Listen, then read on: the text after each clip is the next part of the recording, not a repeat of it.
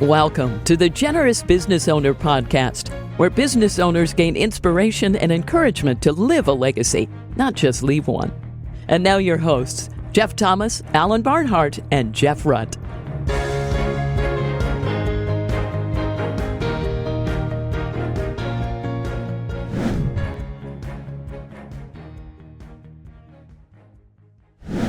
Welcome, everybody, to this week's Generous Business Owner Podcast. My name is Jeff Thomas, and we have Jeff Rutt with us again. Say hello to the people, Jeff. Hello to the people. And we have a very special guest with us today, John Eisenberg, who runs National Christian Foundation in Lancaster, and we'll hear all about him. John, welcome to the program. Thanks for having me. I'm excited to be here with you. All right, Jeff, kick us off. Yeah, John, tell us about what the early years looked like. Give us a little bit of a picture of what that looked like, spiritual formation, what the earlier years looked like in your household. Yeah, so I grew up in Bethlehem, Pennsylvania. My dad was a professor at Lehigh. My mom was staying at home with me. I'm an only kid. And I grew up in from a spiritual perspective, grew up kind of confused. My dad had come from an Orthodox Jewish family. He was a little bit more of a nominal Jew or more of a secular humanist. My mom was taking me to vacation Bible school and Sunday school and a mixture of a Moravian church and a Presbyterian church. And theologically, none of that makes any sense, but laid a really good foundation for me. Left me kind of confused by the end of high school. So I wouldn't have said I was a Christian as I was graduating high school, but I had been grounded in sort of a rich spiritual heritage, and found Jesus when I got to college. But that's a little bit about my spiritual life. My dad was a math professor, so I heard a lot about math. He watched Wall Street Week and other financial news pretty regularly, so I was a lot about, if you remember Louis Rukeyser. I grew up listening to Louis Rukeyser, so I was pretty much in the family business. Anticipated going to college, getting a PhD, being a professor, just like my dad. Got interrupted that over the course of my time in college. Mm-hmm. Talk about those. What were the school years like? When did you meet your wife? There's probably a story in there somewhere. Yeah, there's several. So I think I got to Lehigh and was expecting a good robust intellectual environment. And Lehigh is not necessarily, smart people work hard, but also play hard, and was feeling kind of alone over the course of freshman year. And sophomore year, I moved to the quiet study dorm thinking I would be find some of my own tribe, but also have a better environment for studying and some of my academic goals. But a gentleman moved back into the dorm. His name was Mark. And Mark's first question to me is, do you mind if I lead a Bible study in our dorm room? And I was kind of like, okay, I didn't see that coming. Was not expecting that to be the thing, but was actually, as he asked the question, I thought about it for a minute. I'm like, actually, if I can come to that Bible study, sure. That's good with me. And that was really the first time that it wasn't just about hearing a Bible story or getting a Bible lesson or having a moral code. It was a community of people that was trying to understand Scripture, was acknowledging that they weren't always able to live it out, but was trying to make sense of it. And over the course of my sophomore year, really felt drawn to the community, not necessarily drawn to Jesus, but drawn to the community, and that stuck. So over the next 2-3 years, I got really involved. The group was an InterVarsity chapter, and got really involved in what was going on with that, and sort of wrestling with, I want to be a professor. Is that what God wants me to do? So by my senior year, I was really in the throes of, I'm getting ready to go to grad school because that's my plan, and I'm praying for God to bless my plan. And every once in a while, God's saying, but why don't you try and love the people around you and care about the people around you and not be so self-centered? And sort of bouncing back and forth between that. And that was my fall of my senior year. I became a Christian, decided that God's plan was going to be better for me. Went to Urbana, if you're familiar with the Urbana Missions Conference. This was 1993. Heard Ravi Zacharias speak. And as I was listening to him speak, felt challenged to put the grad school thing on hold and consider ministry as a career. So did that, and ultimately I ended up spending 5 years in the insurance industry as a Okay. disability claims analyst and some things around long-term disability, short-term disability, life insurance, compliance in that space. But Lord was working on me through that season. Early, you mentioned about my wife. So in my senior year, I went to a week-long camp experience where we were studying the Gospel of Mark. And I was going from Lehigh, but it was a lots of different campuses. My wife went to Dickinson, and she was in the same study of Mark that I was. So Hmm. neither of us remembers meeting each other, but we formed friendships with a lot of overlapping circles that week. And so over the next year or two, our paths kept crossing, and now we've been married for 27 years and have 2 kids.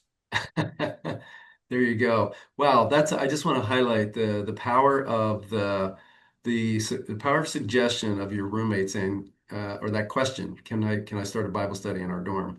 And then what that led to and the change that made in your life. So that's really cool. Yeah. Yeah. Jeff, I'll let you take it over from here as far as next steps. Okay, so okay, if you got into the actuarial business, sounds like or that analyst business, sounds like you did you follow Dad's math major steps? Oh, that's a good question. So I was not actuarial. I was much more the claim comes in and I'm evaluating if we pay the claim or not. Okay. But sort of on my dad. So my dad is kind of funny. He got his PhD in probability and statistics in the mid 60s. Wow. And the you know when I ended up fast forward for a second, I was a major gift officer for a while and I did a lot of fundraising in New York City, mostly on Wall Street. And I got to know a bunch of people on Wall Street, and as we're getting to know each other, sharing family stories, all the things, I mentioned what my dad was doing, and a friend said, "You should read this book called The Quants." And so I read this book called The Quants and was fascinated, loved it. The introduction talks about being at MIT in the mid 60s. Hmm. And I'm like, oh, that's interesting. My dad was in the math department at MIT in the mid 60s. I wonder if there's a connection. Well, lo and behold, the person that's being talked about in the introduction is his dissertation advisor. Yes. So I kind of have in the back of my mind, like all the stuff I was hearing and seeing my dad talk about is all the stuff that's behind the mathematical modeling that's so popular these days. I Uh, didn't know that growing up as a kid. So when my dad Wow. told me I should take math classes in college, I'm like, well, dad's paying my tuition, so I guess I'll take the math classes, but I want to run as far the other direction as I can.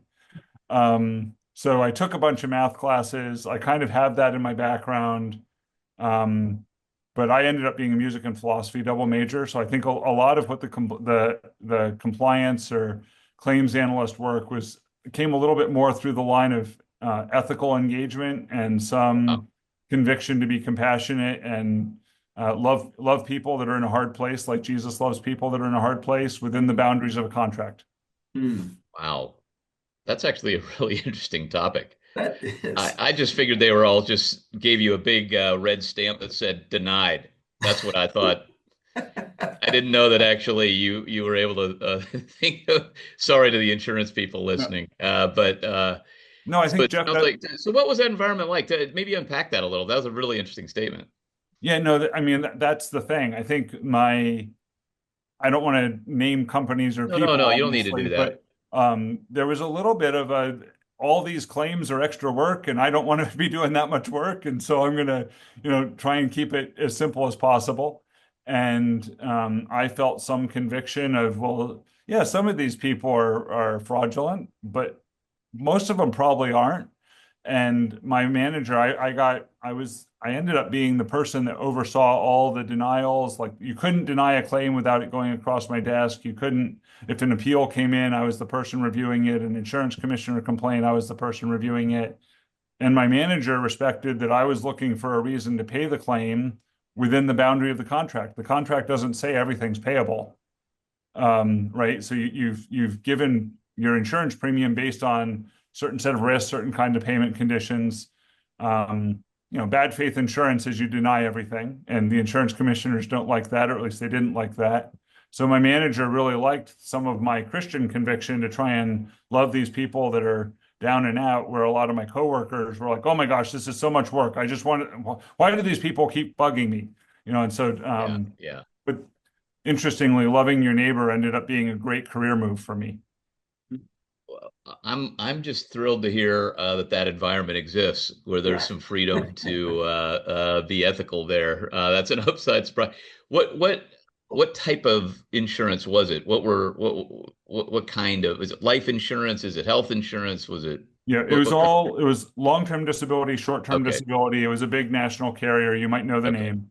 got it. And then funny story, so I had met my wife. That would have been, around 1997. I was now kind of like, we had started dating. I was pretty sure I wanted to marry her, but I was living in Bethlehem and she was living in Lancaster. And I started praying about what are we supposed to do? And she was on staff with InterVarsity and had a clear calling to a place. And believe it or not, I didn't feel like the insurance gig was exactly like the thing that gave me the most joy. And so I was like, Shocking. well, I can find a job in Lancaster. And I found a job with a really small insurance company here in Lancaster that was locally a local company.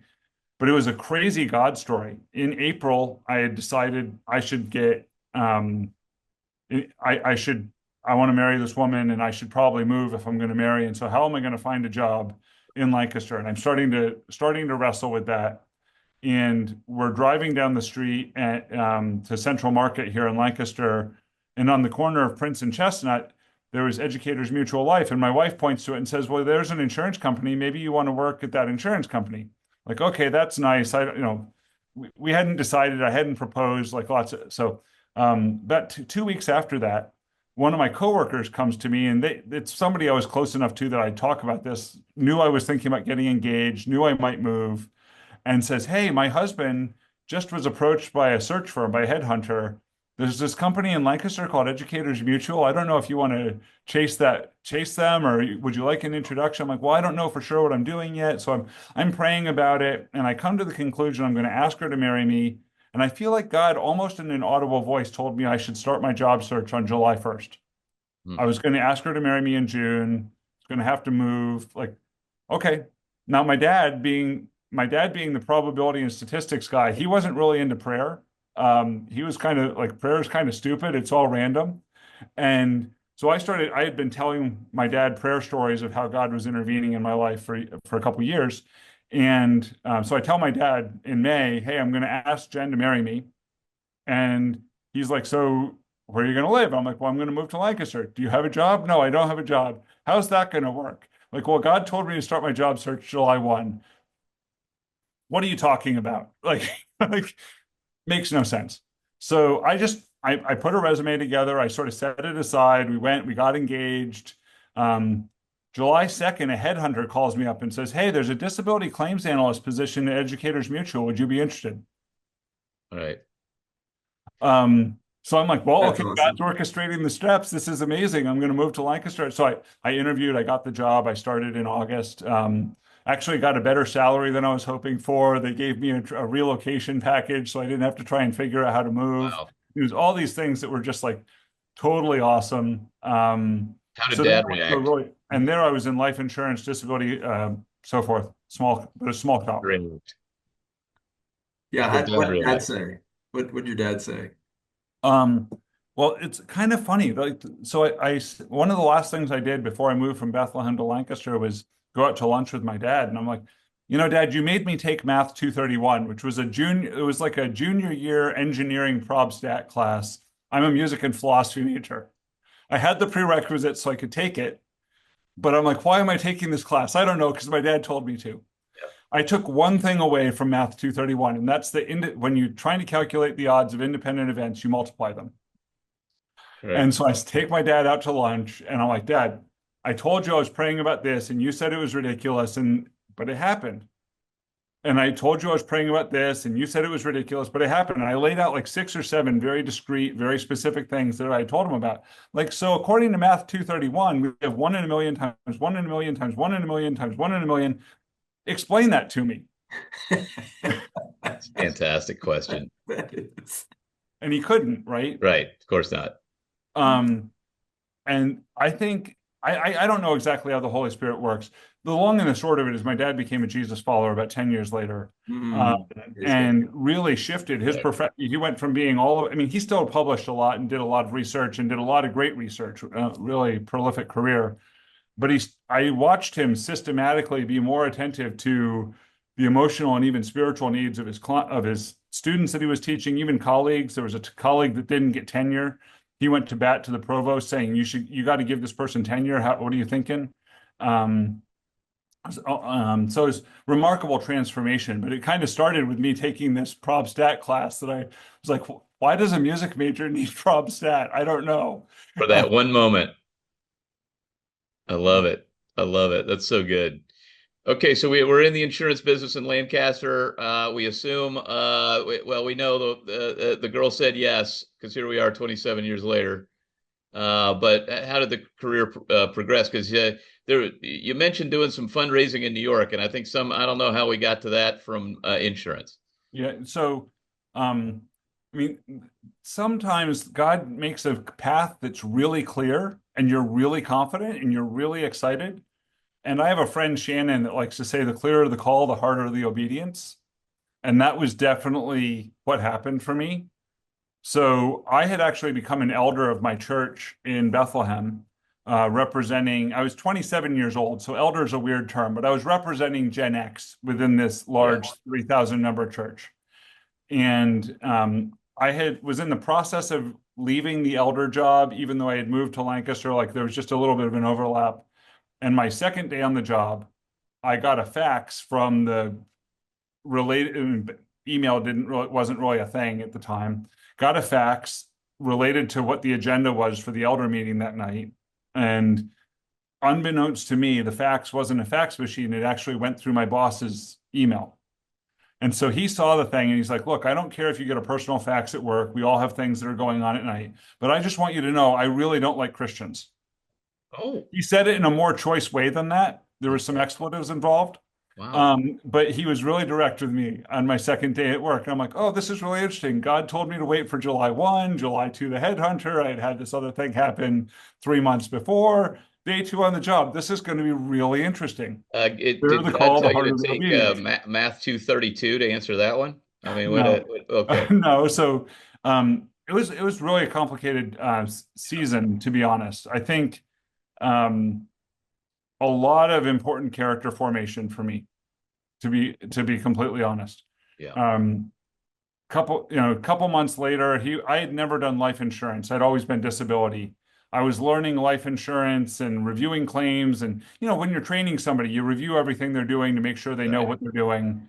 So he tells me to do something. I do it. It upsets the client. It doesn't just pay the life insurance claim. It asks a question about the legitimacy of the claim.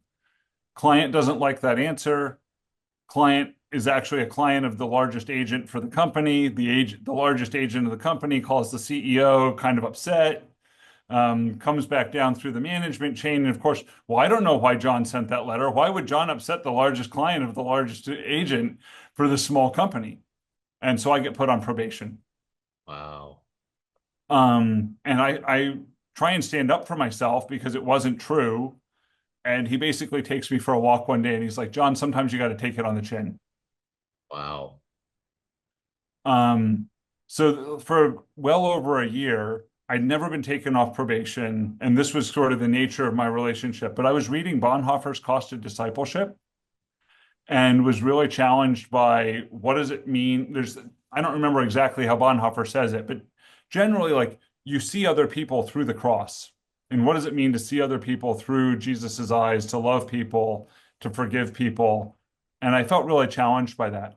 And so it became sort of a daily, like, how do I love this guy that is a lot of animosity towards my worldview, not real excited about, not really supporting me professionally.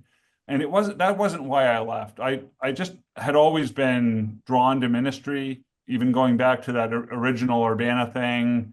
I was volunteering in the evening with InterVarsity at Elizabethtown College, loved hanging out with students, loved Bible study, loved watching them shift their long-term trajectory the same way the Bible study shaped me, I was offering that to freshmen. and as a volunteer, and just got to a place where I'm like, no, I think I really want to do that. That's where my heart is. Right. And so I left insurance because of a sense of calling to the next thing. But I think a lot of how do I work for a boss that's not awesome, work in an environment that arguably was toxic, trusting God, seeing God provide for me was critical. And I was sharing with Jeff before the call. Part of what happened for me in that story was as I was preparing my resignation letter, I felt really convicted that I should write a letter to Ken's personnel file. Wow. The way I have a letter in my personnel file.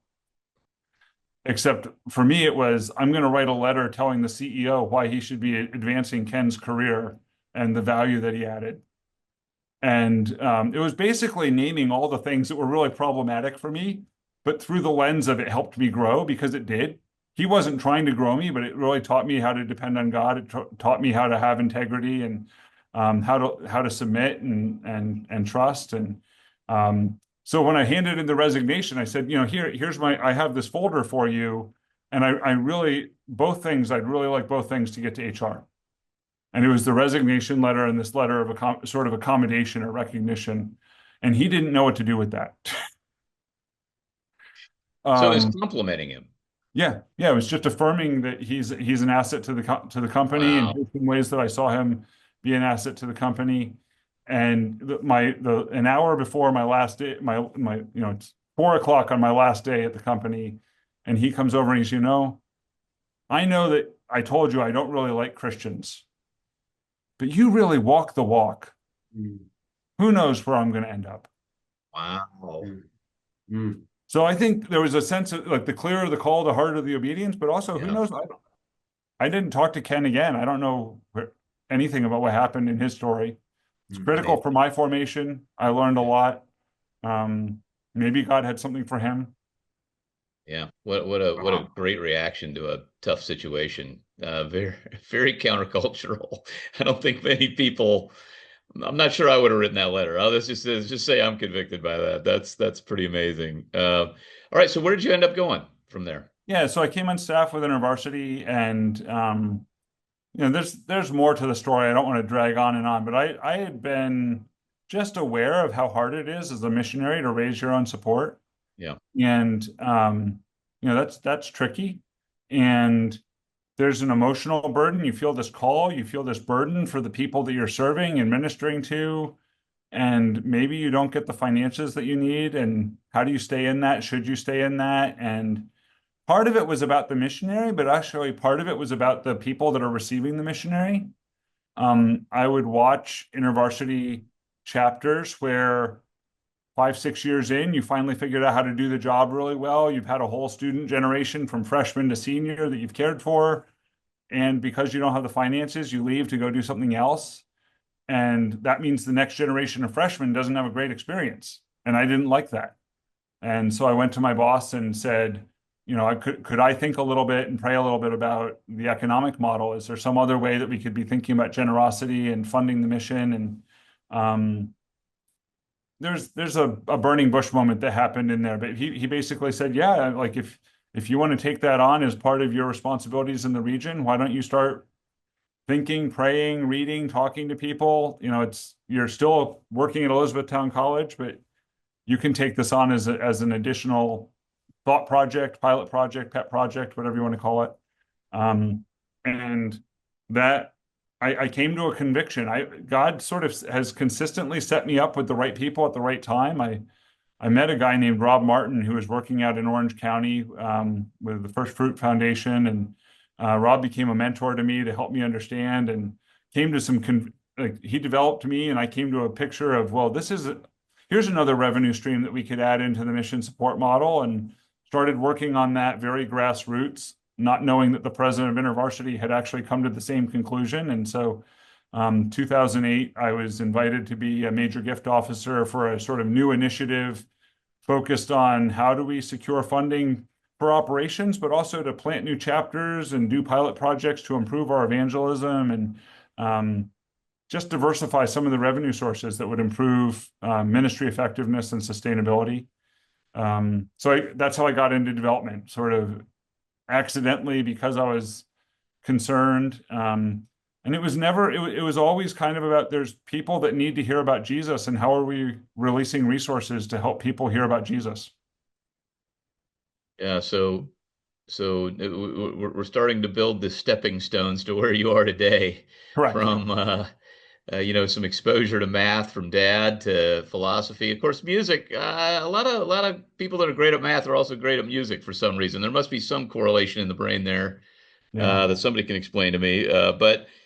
And then so you get this sort of financial services exposure, drawn back into the ministry side to the kind of philanthropy world, if you will, and that's all sort of come together with your role with NCF. So maybe we can fast forward a little, Sure. maybe through a couple of those things to kind of get to where how would you sort of build the bridge to where you are today?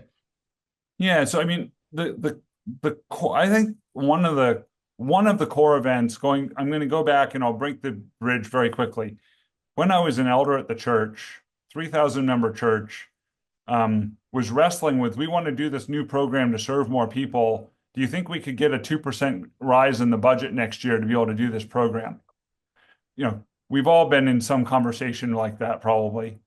And I looked at I was naive, new Christian. I had been told you tithe 10% of gross when I became a Christian. So I'd been doing that for a couple of years and thought everybody did that. That's how we roll.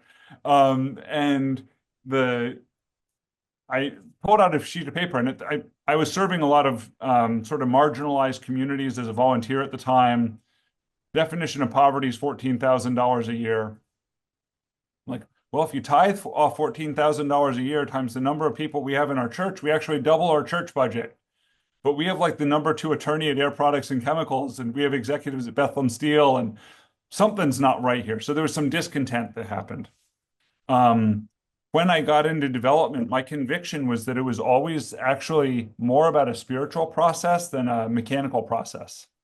It was always about what's the problem in the world that sort of grabs our attention in a way that we can't look away. We have to do something.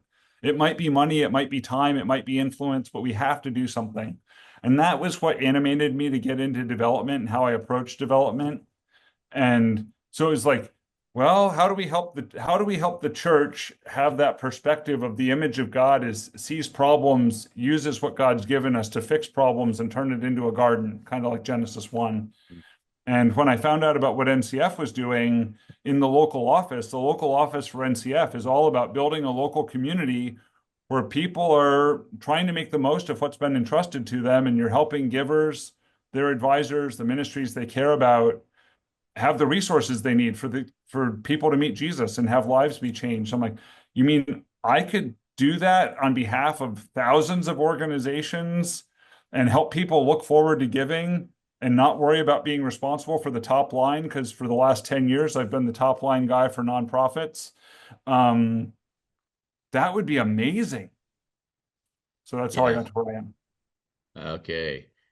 Well, that's actually a really interesting perspective, because one of the things that, in our multifamily office that we run, one of the things I always tell people are always fascinated by the giving we're involved in. And I think maybe they think we're giving these people some kind of cool to drink. But the way I always say it, and I'm wondering if you resonate with this, is God or the Holy Spirit is already working on them because I think you're right. I think giving is a spiritual issue, not really a mechanic. The mechanics are helpful, and people like you and me can help them with those mechanics, but we can't talk them into the spiritual thing. That's the work that only God can really do. Like, we can create a Bible study environment like your roommate and those sort of things. We can help in that process, but ultimately it's a spiritual journey they're on. So I feel like I don't feel any pressure to talk anybody into anything. It's really God's already working on them, and then people like NCF and firms like ours can come alongside and just help them with the how-to. Is that kind of the shift that you felt like you were kind of trying to push a boulder uphill? Maybe not talk them into it. I mean, they were still participating in the ministry, but maybe unpack a little bit how that's different, how you think your ministry is different. Yeah, well, and I'm not sure if it's exactly different, to be completely Yeah. honest. Yeah. I think the conviction that I had, I spent 4 years studying scripture about money and Yeah. generosity, trying to develop like what would I do? What would God have me do? Yeah. How does this work? And I think one of my early meetings was with a hedge fund guy that was a billionaire, and it's a funny story in and of itself because I was a missionary who was not being paid particularly well. I had Right. like $150 off the rack blazer that I would wear to Right. Wall Street meetings, and I sit down with this guy that's probably got like a $5,000 pair of glasses on, Right. and I take the president in to meet the guy, and the president turns to me after the meeting and says, "You know, you might want to think about investing in a suit." Right. So, it's like, but that meeting, the reason it's relevant is I'm not going to talk like a successful hedge fund guy who's got Yeah. billions of dollars under management. I can't make him do something he doesn't want to do. Right. There's nothing I can say that's going to get him off his chosen path. Yeah. I can listen for how God's at work in their heart, and I can help them see how they can take a next step. Yeah. And that was my posture as a major gift officer and how I tried to build development teams. And I think the blessing of now is like there's less where there's always a little bit like, are you serious when you're raising money? Now it's like, no, I'm really serious. All I'm trying to do is help you and your family find as much joy and freedom in giving as possible.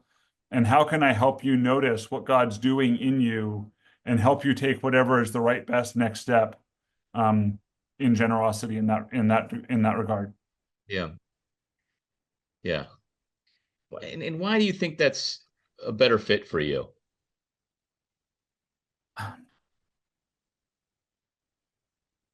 I don't know if it's a better fit, it's a different fit. Yeah.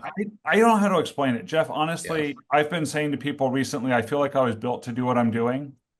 And it's like all these different threads, like, why did I take math classes? Well, I don't know why I took Yeah. math Yeah. I classes. think I think Like, you're onto something there. I think this sort of math brain that your dad gave you, frankly, and this financial service thing, that's not common background for most development people. Let's just be honest. So there is a mechanical piece to the how to give that I mhm. think you're probably more comfortable with than the average person, Yeah, development officer, shall we say.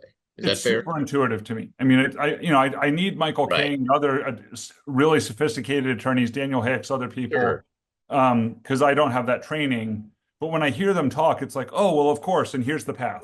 Right, right, right. That's not a totally foreign language to you. No. So I think it's just kind of cool the way one of the things I love about these interviews is sort of seeing the thread that God says that you get that pulls that you can kind of only see in looking in the rearview mirror because you don't know why is Dad having me in this class for this moment, but I've got this crazy mathematical guy, and it's not like you're scared of it, but it's not necessarily your main thing.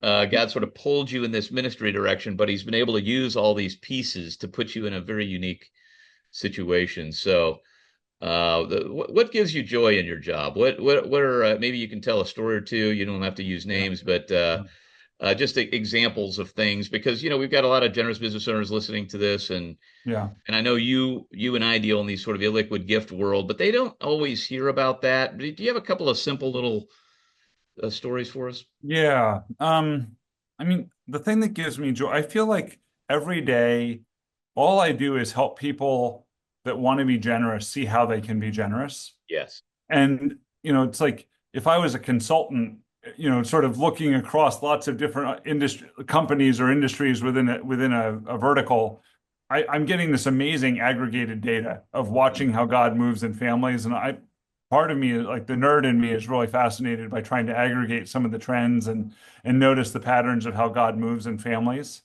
And so yesterday I had 3 different meetings. I won't name any names, but one meeting was a gentleman who's retired, who is really passionate, really passionate about some stuff that's happening in Africa. Yeah. And he's gone to Africa a couple of times. His wife has gone. They're really deeply invested in this thing. Now, he's sold his business. He's doing fine. He's on a fixed income of a sort. Yeah. but he's trying to understand how can he do more for Africa. And in the course of the conversation, it turns out that, well, I'm an investor, and I'm an early stage investor in a couple different businesses that could really have some legs. And actually, that could create a tax problem for me because I don't need the money for my lifestyle. Right. And and just sort of walking him through how amazing it is that we have a tax code that would encourage you to be generous because you get deductions, and how you can give shares in some of those closely held investments and actually turn it into a giving engine directly for this school and this health clinic in Africa that you care so much about, where, 15 years ago when they first got involved, the school was, everyone was dying of AIDS. It wasn't even clear the village would exist. And now there's a school and a hospital and 800 kids getting an education. And, watching God put that in someone's heart and sustained effort. And then he's got business acumen, helping him understand how his business acumen could actually turn into a channel for generosity. Sort of that same thing. And the second case was a gentleman who's not retired, but towards later in his career, thinking about his kids. His kids are in the family business. His kids are doing fine. He's looking at his legacy and saying, well, I don't know that it's actually going to be helpful for my kids to have all the money that would come to them if I left them everything. I think that could actually be pretty destructive. He's done some work to think about, like, what do they need to spend to live? What kind of charitable legacy do I want them to have? He's left them with money. He's not leaving them with money. He's like, there's this other, but he's struggling because it's like, he's got, in his case, tens of millions of dollars of appreciated assets and income producing assets. And over the last 10 or 15 years, he did a journey of generosity and got really hooked on the jog concept. And through his church, started doing some traveling. And so now he's developing church leaders in Africa, and he's doing orphanages in Central America, and he's trying to help plant churches in Asia. And he's like, but some of this stuff, like, they need like $200,000 a year to keep it going. And I can give a lot and I want to give a lot, but I can't do that. And so walking with him to say, well, actually a lot of what you have is income producing real estate. And if you give the income producing real estate, that income can go tax-free to those organizations for as long as you hold that property. Right. Creative solutions to solve the thing that God put on their heart. So it's fun to see these. Yeah. Yeah. So he's looking and saying, I've got a knack for buying and selling essentially apartment complexes. God's gifted me in that. And I have more money than is good for my kids. And I've got this heart. So do I just sell all the buildings and then give this money? But that's one time, and one time isn't good. And I'm like, well, there's a lot of different paths here, actually. Yeah. So do you have a third one you want to share briefly, or should we? Well, it's a really different story, and it's from years ago. I think it's been on my mind because of some of the turbulence that's in the market right now with all the tariffs and the uncertainty. And I know different people are in different places, but my first major gift officer trip was to New York City the week Lehman Brothers went bankrupt, to meet a gentleman that had been a partner at Lehman Brothers. I was going to meet him on Wednesday, but as of Monday, he wasn't a partner at Lehman Brothers anymore. And in that environment, I was trying to build a major gift program for an organization that had never had a major gift program. And I met a guy, and this story really has, as I was thinking about today, stood out with me. His business was struggling. He had organizations that were way down on their revenue that he had been supporting for years. He was an InterVarsity alum, but didn't want to take on InterVarsity because he wanted to support these organizations. So he's sacrificially stepping up out of his own wherewithal to give, in some cases, 30 or 40% of the organization's budget to try and keep them alive through this moment. At the same time that he's having to do layoffs he was in a manufacturing business. He's having to lay off his workforce. And so he's working to figure out, how does he lay off his workers in sort of a rhythm where he's like, well, the workers can get some unemployment benefits for X number of weeks. I don't know this. I don't know what the details were. So he was like laying off people. But while he was laying off, he was figuring out, well, can I build a food bank in my business? So that the people, while they're on reduced income, could at least get reduced cost groceries and help them get through. And then when their benefits run off, and I'm going to bring them back in, I'm going to lay off this other, like, even though his business was down because of the uncertainty. And it's like, the joy, like watching God put his heart into people in all the different ways that looks, whether it's helping your boss and trying to care for your boss, even though he doesn't care about you, whether it's creatively caring for employees through a downturn, whether it's looking at the skill set they've given you for real estate to turn that into a relatively tax-free way to put money into the kingdom. I mean, I think I met a guy, I'll call him Fred, who was trying to understand what does it mean to store up treasure in heaven. He had been wildly successful in the tech era, in the dot-coms of the 90s. And he came to the conviction that Scripture says the greatest of these, faith, hope, and love is the only thing that endures, and the greatest of these is love. And so treasure in heaven must be the capacity to receive God's love for me and to be a vessel of God's love to the world. And to think that I can play a small part in helping people expand their capacity to receive God's love and be a channel of God's love is amazing. Yeah.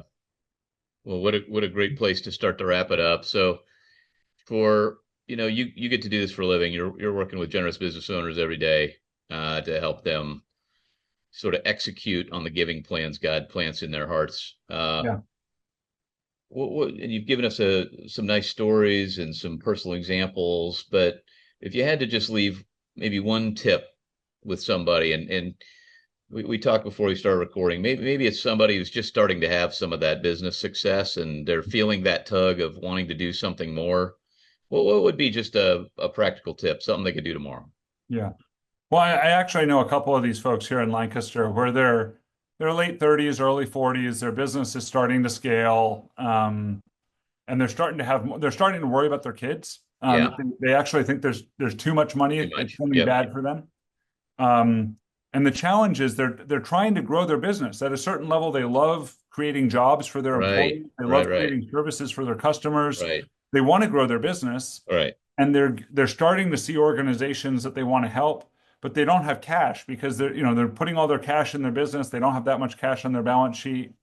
But they have, there's remarkable opportunities when you look at appreciated assets or income producing assets that a lot of them have on their balance sheet where they could be turning even fractions, 3-4% of their business could start becoming a tax efficient engine for generosity that could increase their cash giving now, not just when they turn 60. And I think the thing that I feel particular burden about with the sort of 40-ish-year-old, 45-year-old, you're starting to have kids that are getting a little older. And a lot of our giving, whether it's a donor advised fund that's online or whether it's a credit card donation, the kids aren't seeing stuff the way I saw my mom put money in the offering basket. Mm. So how do we start having some family conversations in the midst of that too? So kids understand this is who we are. We give. We help when we see people in need, we help them.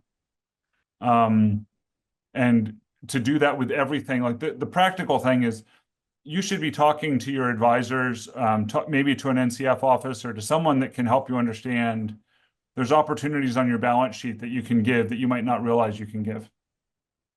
It's a great point. I mean, the reason that Alan Barnhart, Jeff Rutt, and I got together was around this idea that we had all used NCF to give a portion of our operating business. All three of us are running operating businesses that are owned in different parts by NCF through that illiquid thing. And so we thought this is such an amazing structure and so few people know it. And not that we want to promote just that structure. There are many, many things to do, but I think you point that out as something that I know has been helpful to me. Let's just say it that way. So thanks for pointing that out and for sharing your story today. It's been a real joy, John. Well, it's an honor to, honestly, it's an honor to be part of your podcast. I've listened to it for years. It was part of my calling to NCF. Thanks for having me. Oh, well, thank you for that. We're glad it was helpful. And we hope that anybody listening, thanks for joining us. And please share it with a friend, subscribe, and we'll see you next week.